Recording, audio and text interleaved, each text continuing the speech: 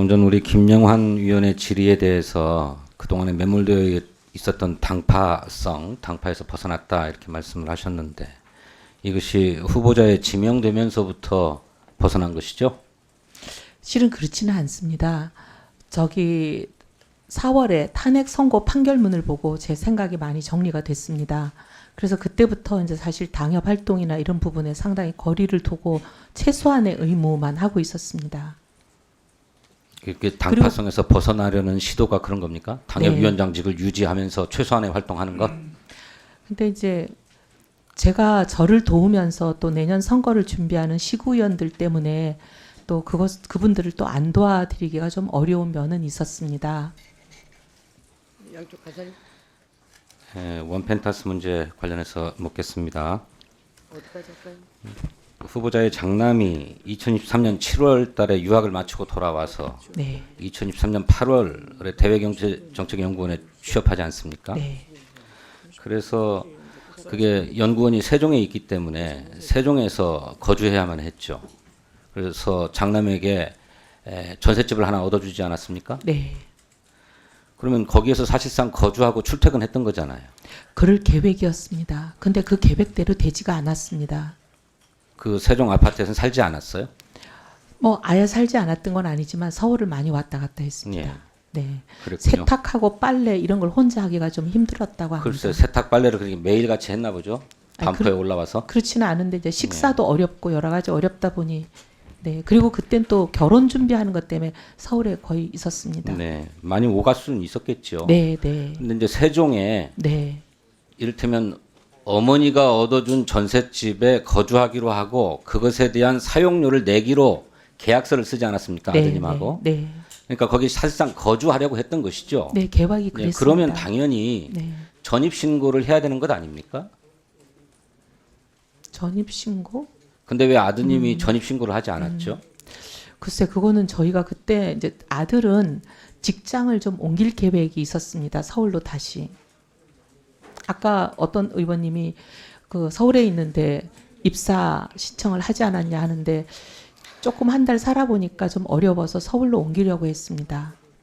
그래서 전입신고를 하지 않고 그냥 세종에 있는 직장에 계속 다닌 거군요. 그렇지만 이제 그러니까 서울로 그거는 옮기려는 우리 계획이 있었기 때문에 주민등록법을 그렇습니다. 위반한 거잖아요. 네? 사실상 거주하는 곳에 주민등록을 하라고 하는 것이 우리 주민등록법의 규정이지 않습니까? 근데 의원님 이렇게 말씀드리면 어떨지 예, 뭐 모르겠습니다.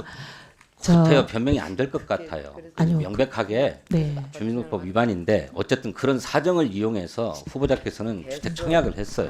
그러죠? 원펜타스 이전에도 했는데 제가 알기로 우리 후보자께서는 원펜타스 이전에 전원한 적은 없습니다. 부군께서 하셨나요? 네, 그랬을 네, 겁니다. 그러니까 근데 그 가족들이 살 집을 한 거잖아요. 네. 예, 뭐 그래서 후보자께서는 결혼한 이후로 오랫동안 무주택으로 사시다가 2024년부터 이제 집을 장만하려고 해요. 그 왜 그러셨습니까?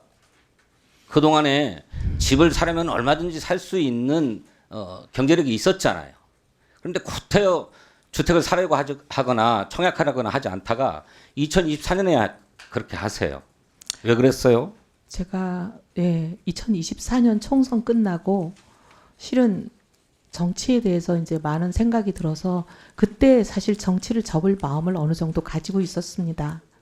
총선에 낙선해보고 앞으로 여러 가지 고민을 해봤을 때 그때 이제 제가 정치를 좀 그만둘 생각을 마음에 가지고 있었습니다.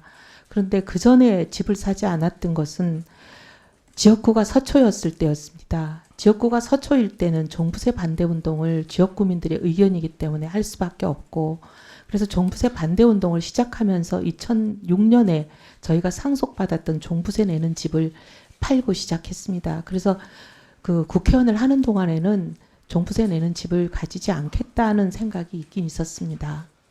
네, 그러셨군요. 네. 그런데 이제 정치를 더 이상 하지 않겠다고 생각하고 종부세 내도 되는 집을 이제 장만하려고 했던 것입니까?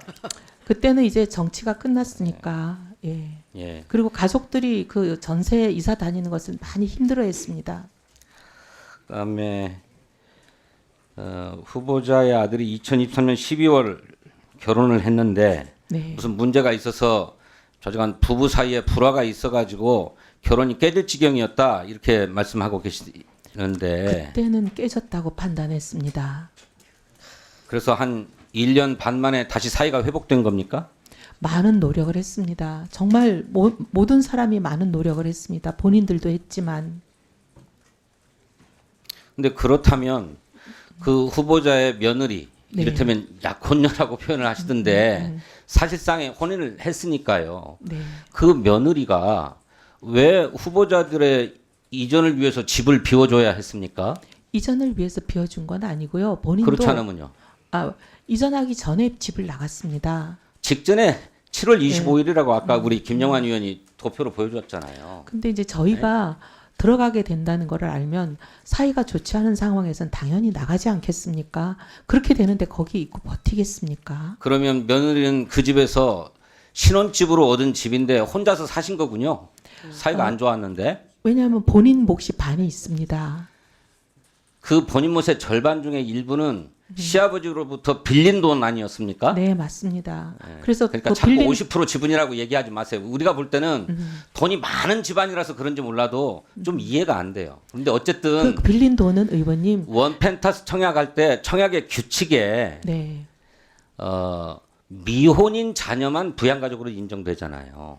네, 근데 근데 사실상 혼인을 올렸잖아요. 그런데 그거를 불화 상태이고 깨진 상태이고 또 주민등록은 여전히 후보자 집안으로 되어 있는 것을 이용해서 청약을 신청한 거잖아요. 이용이라기보다는 그러니까 우리가 볼 때는 의원님 명백하게 불법이에요. 그래서 저는 이 집을 저는 내놓으셔야 된다고 생각해요. 그렇게 하실 용의가 있습니까? 수사기관의 결과에 따르겠습니다. 집을 포기. 아니요, 따르겠습니다. 네, 진성준 의원님 수고하셨습니다.